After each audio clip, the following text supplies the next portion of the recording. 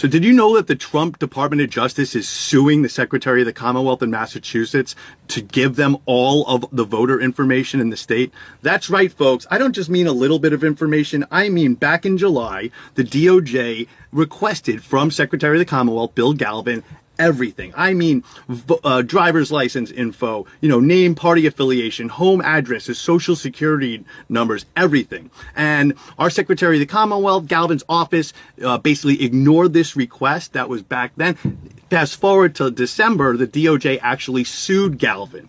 And Galvin is digging his heels, and we're expecting the response to that in federal court soon, to that motion to compel. In the meantime, the ACLU is attempting to jump into this lawsuit and join as a defendant to represent Jane Doe Inc. and Common Cause. And there are a lot of groups whose memberships would be significantly affected by this. According to Democracy Docket, which is a website that tracks this stuff, they're saying the DOJ has intensified its demands for voter info as part of a broader politically charged push aimed at pressuring states to remove voters from the rolls and advancing the Trump administration's unfounded claims of widespread illegal voting. So it's not just Massachusetts. We're talking about 23 states so far that are being targeted with similar requests.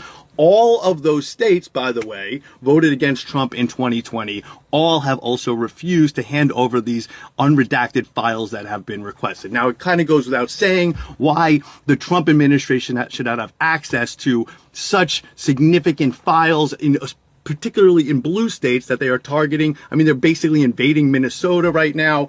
Illinois is under siege. And on top of that, this is a federal government administration that has proven it does not know how to safeguard data over and over. Doge was a sieve, exposed millions of people's sensitive information at one juncture. But it looks like they're trying to build this, this GOP election database, which they deny, but that's what's going on here. So in this case, the Secretary of the Commonwealth and Attorney General Andrea Campbell are fighting this. They are in touch with, of course, AGs in other states that this is also happening to. But what's really significant here is the unified front between the ACLU, Common Cause, some of these groups that are often giving these, the AG and the Secretary of the Commonwealth shit over transparency issues, all on the same team here, kind of like we see what's happening in Minneapolis right now. So just absolutely horrifying stuff.